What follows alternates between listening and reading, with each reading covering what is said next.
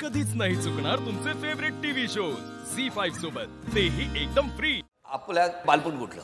माझं सँडस रोडला डोंगरी उमरखाडी तिथेच गेलं बालपण। किती जणांचं कुटुंब होतं लहानपणी? आम्ही 4 भावंड आणि आई वडील, आजी आजोबा येऊन जाऊन असायचे आणि माझी आत्ते बहीण असायची आमच्याकडे, जिनेच आम्हाला संगीता नेवरेकर तिनेच आम्हाला लहानाचं मोठं केलं, कारण आई कामासाठी बाहेर असायची।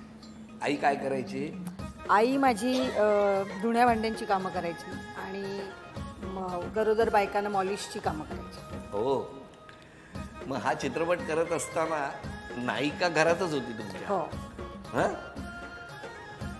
ते मी खूप रिलेट केलं, कारण आपण पडद्यावर जी गोष्ट दाखवतो ते आपण कुठेतरी स्वतः कोणाच्या तरी घरी काम केल्यानंतर कसे मला तेव्हा अनुभव आले होते, कारण मी तर तेव्हा शाळेत होते आणि मोठी असल्यामुळे आईबरोबर ह्या कामांसाठी मी सुद्धा जायची। त्याच्यामुळे मला असं व्हायचं की कधीतरी शाळेमध्ये कुठल्या तरी एखादा एक्स्ट्रा क्लासमुळे उशीर झाला तर कसं त्या ओरडायच्या ज्यांच्याकडे आम्ही कामाला जायचो, किंवा कसं आम्ही जेन्युनली माझा खरंच लेट झाला आहे ते मला सांगायचं असतं, जी आमच्या सिनेमामध्ये ती आशा सांगत असते। तर ते सगळं आत्ता सगळं असं ना, मी इतक्या वर्षाने मागे गेले आणि मग त्या सगळ्या गोष्टी रिलेट अजूनही होतात त्या गोष्टी। म्हणजे आई जेव्हा धुण्या भांड्याची कामं करायची तेव्हा जावं लागायचं? कधी जावं लागायचं, कारण मी मोठी होते, माझ्या मागे 3 भावंड, त्यामुळे कारण माझी आई 18 घरची भांडी करायची। बापरे।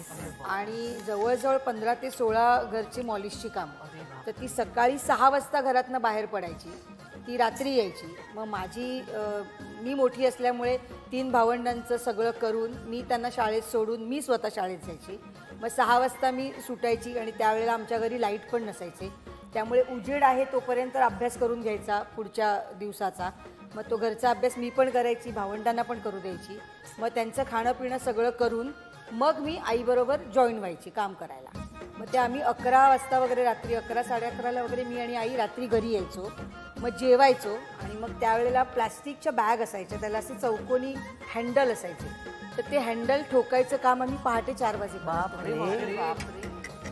मग ते सगळं करून मग सकाळी 4 वाजता झोपायचं, सकाळी परत उठायचं, आई जेवण वगैरे करून निघून जायची, कारण दिवसभराची तिची कामं असायची। मग त्या 3 भावंडांना सांभाळून मी माझी शाळा करायची। क्या बात है, क्या बात है, क्या बात है। तुम्ही कुठे राहता? मुंबई, मालाड। मालाड। आता तुमच्याकडे कोण कोण? आता माझ्याकडे मी, माझा नवरा हा परेश आणि माझी 3 कुत्री आहेत, जी माझी मुलंच आहेत, आणि 4था पाळीव प्राणी मी आहे।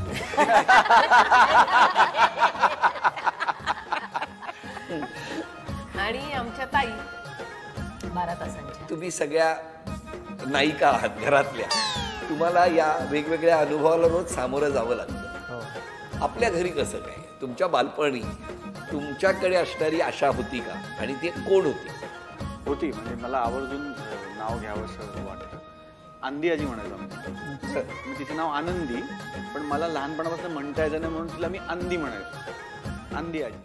झी5 ॲप डाउनलोड करा आणि पहा सर्व एपिसोड्स एकदम फ्री।